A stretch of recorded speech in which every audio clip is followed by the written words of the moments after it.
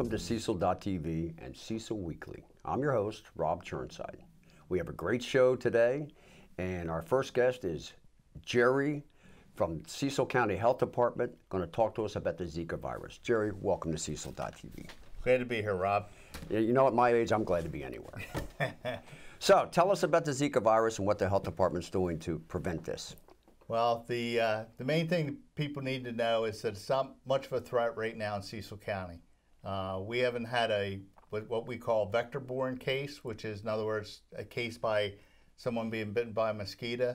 The other thing that's important is we haven't even had a travel-related case, and that's somebody who travels to another country, gets bitten by a mosquito, and brings it back.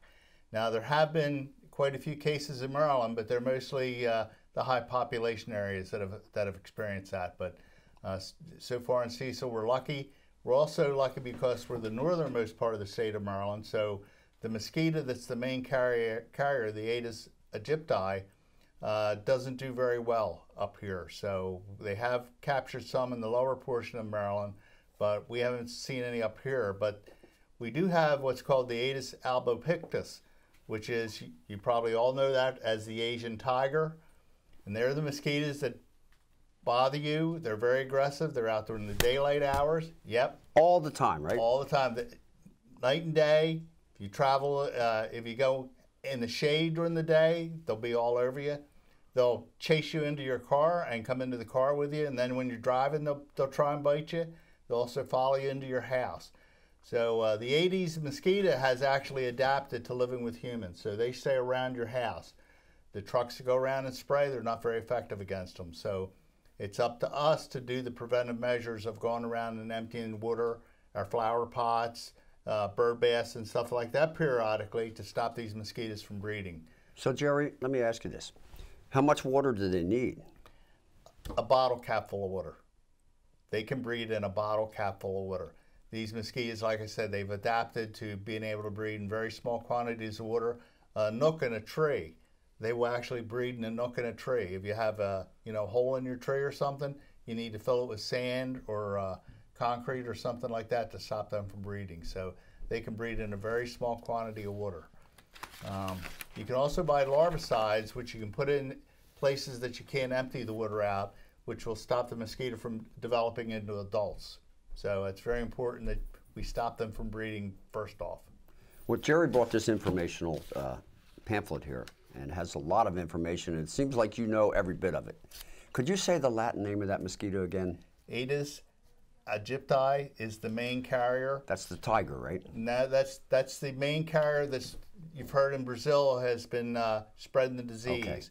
Okay. It's the one that hasn't been doing very well the further north it gets. That's not saying it won't adapt, because insects mutate and it could adapt. But right now, it's not surviving very well northwards. So, but we do have the Aedes albopictus, which is very common here. It can also carry the disease. The difference is that the aegypti prefers humans, so it will chase down a human before anything else. The albopictus will bite mammals too. So it's less virulent with the disease, in that it won't spread it near as quickly, because it'll go over after other things besides humans, where the aegypti will just go after humans. So it's a multifaceted war on these skeeters. It absolutely is. We still, in Maryland, we still do spray trucks go around, but they generally go at night because we don't want to kill our pollinators, the bees. So unless there's would be an outbreak of Zika in Maryland, we won't be spraying in the daytime. If they do spray in the daytime, the Maryland Department of Agriculture knows where all the hives are. They will contact the owners and tell them to cover their hives, that they have to spray during the day. So hopefully that's an unlikely event for us. We've been lucky so far. Good. And part of this multifaceted approach is you're increasing awareness. Yes. Here tonight on Cecil.tv, Cecil Weekly. Our environmental health people from the health department are also doing what? They're going out to local businesses, particularly tire dealers, and telling them, you see the tires stacked up, you need to stop that, because when you stack those tires up, stagnant water gets in them, they breed mosquitoes. Marine places that cover the boats with tarps. The tarps get pockets of water, and like I say, these mosquitoes can breed in a very small pocket of water. So they tell them about how to prevent mosquitoes from breeding on their sites. And all the business has been very cooperative. So nurseries are another place, garden centers, you know, because they tend to have plants that have standing water. So, but everybody's been cooperative with us so far. And our environmental health services, of course, also answer complaints. People say, hey, the guy next to me has a pond and it's stagnant, you know, and they will go out and investigate, and they need to, you know, they'll do whatever action they need to remedy the situation. So doctors are doing their part as well, too. Yeah, the other thing we're doing is we're providing to our local OBGYNs Zika kits for women who come in that are pregnant. And these have insecticide spray. They have the stuff we put on your clothing that prevent bug bites, and also mosquito dunks or larvicides that you can put in the water to stop the mosquitoes from breeding. And also condoms, because one of the rare unusual things about Zika is it's sexually transmitted. So if you have the Zika virus in you and then you have sex, you can transmit the virus through sex. So, and then of course the pregnant woman, if she gets bit, she transfers the virus to her infant and unborn infant, and that's what causes the severe birth effects, which of course is what has made the headlines in all the news stories. Yes. So, and it's been a couple years since this has been going on. Yeah, it started down in Brazil, and you know, they had some cases in Miami, and but the Miami Health Department reacted, and it took them a while because they had high-rise buildings to deal with and other things that kind of made it difficult to deal with, but they managed to eradicate it. So. Well, let's get swatting, shall we? Yeah, for sure. Thank you, Jerry. You're welcome, Rob. Thank you. And here we are again with our musical guests, Michele McCann and Jim Kelley. Michele, welcome to Cecil Weekly. Thank you. Nice to be here, Rob. Jim, welcome. Thank you, Rob. Good to see you. Local musicians, these guys have been around for a long time despite their youthful looks. And you have a special announcement. You have something new coming up. Actually, we do. We've got a brand new CD coming out, all original, and this particular one is 8 tracks long. Jim wrote about half the music, and I think I wrote the other half. Well, that's awesome. So there's a lot of good recording studios out here. You probably went to one of them, right? Well, actually, we were in California and found a recording studio there and a couple of bandmates who were twin brothers. So we put the music together. It just kind of came together, and we went to a studio in California, in Berkeley. So they were your rhythm section, right? Mm-hmm. Right. The back line. It doesn't get any better than that. Twin brothers, and where are these guys from? They're from Hawaii, but we met them in Berkeley, and just good guys, young 27-year-old guys who were, I think they had kind of gotten burned out on the music scene, trying to make it on their own. So when they met us and realized that they could just be the back line for us, they became reinvigorated with music and just started enjoying it again. So they enjoyed your original tunes and put a nice push to them. Exactly. Well, that's good. I know we all look forward to the CD coming out. Are there any particular themes? I mean, you're going to play some songs from the CD tonight, correct? We sure are, yeah. As far as particular themes, I would call our type of music rim rock, literally. Rock and roll influence from every rim of the world possible. So when we perform, there are never any two pieces that are going to be similar or alike after each other. We are definitely as versatile as they come. Rim rock. Did you make that up? I did. That's awesome. Thank you. It's okay. rim rock. So obviously you enjoy playing together. What's the best thing about playing music together? I think it was really when we first met, it was really what kind of brought us together. And to keep that going and have something in common that we do for fun is a really great thing in a partnership. Right? Well, that's awesome. Each of you have a little bit different influences, though, in this rim rock. Yeah. Jim, what are your major musical influences? I mean, I started as a banjo player, and my influences were, you know, the Doc Watson and Earl Scruggs, and then later on, of course, you know, Jerry Garcia type.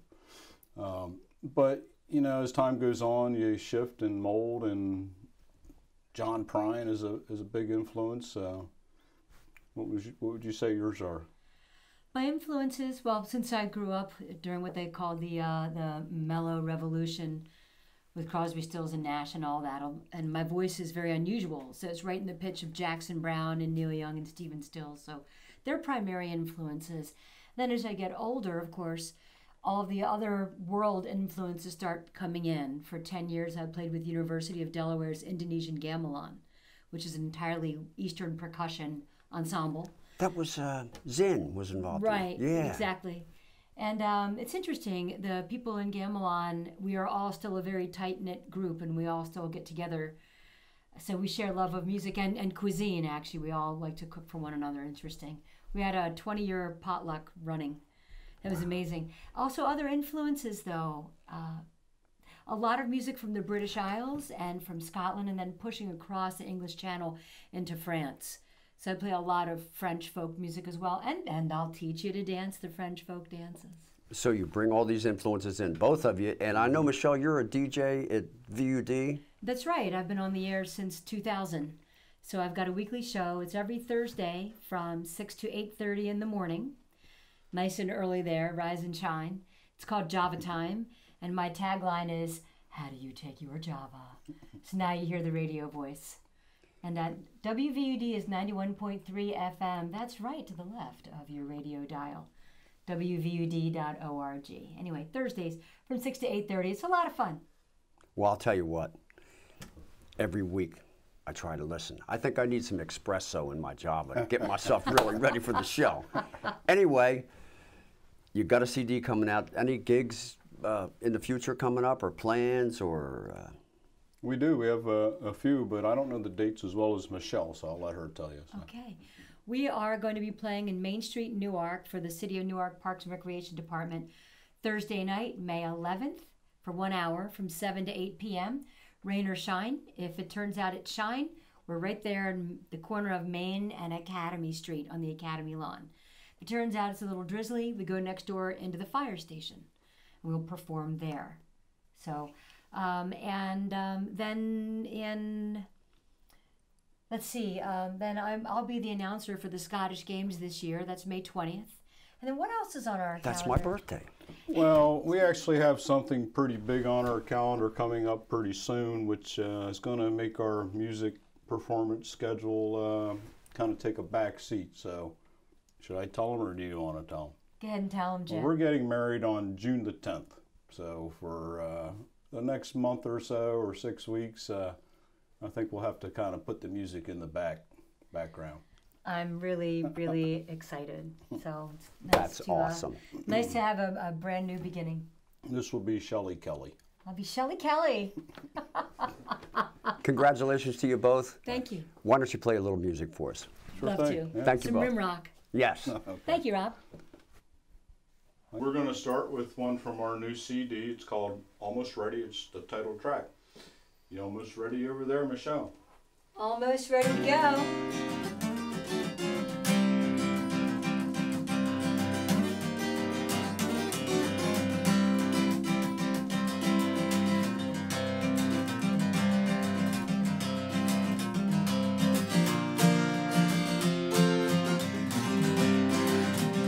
Well, you find a perfect woman and you know she's always right. When you learn how to be patient, then you'll finally see the light. Whenever we go out, always have to wait. Hurry now, honey, because we're running kind of late. Almost ready to go. I waited in the hallway and I waited in the car. I waited in the restaurant and I waited in the bar. I waited in the water, I waited in the woods. You see, I'm always waiting because I guess I'm thinking shit. Cause I'm Almost ready to go. yeah, she's Almost ready to go.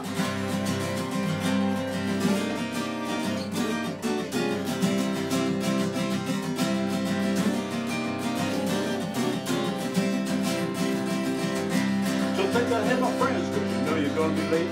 You gotta leave by 6 and you might get there by 8. Cause she's Almost ready to go. Why, just last week I was trying to get out the football game, you know. I was sitting out in the car. It's almost halftime. I said, what are you doing? You almost ready? Almost ready to go.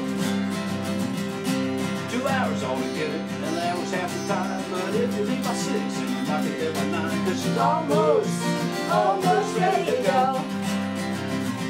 yeah, she's Almost ready to go.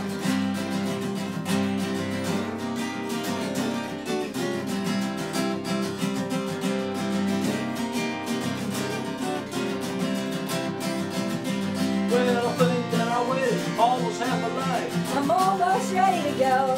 I waited here. I waited there. Almost I ready to waited go. everywhere. I'm almost ready to go. I'm out just gonna have another beer. Almost ready to go.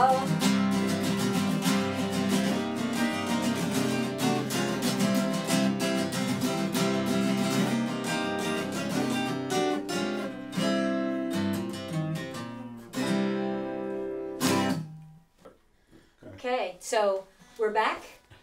I'm Michele McCann, Jim Kelley. Together, we are also known as Twice Daily when we play as a duet. We have a brand new CD coming out by the name of You, Me, and the Twins. Do the Right Thing, almost ready. And next up is actually going to be a French song that I adapted. This is a French boxwood clarinet. It's called chalumeau. And just one of the many instruments that I play. I also play a lot of woodwind, strings, and percussion, including hurdy-gurdy and some other things. And I try to keep up with Jim. He plays mandolin and banjo and guitar. Only 3. Yeah. So this is The Wind. Right. Mm-hmm. 2, 3.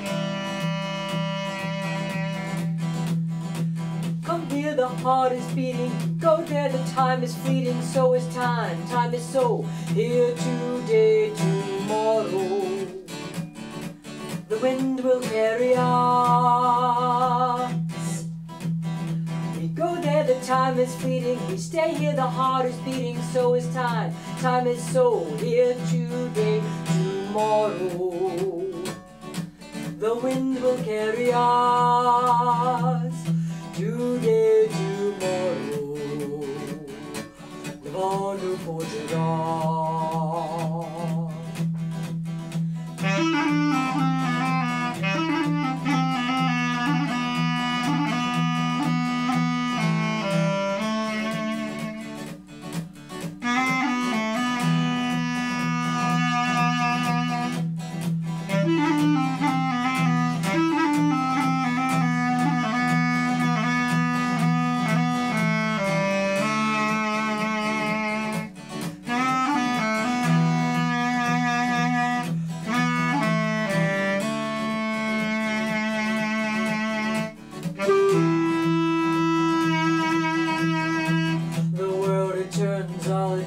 All it must turn to dust, even though we are here today.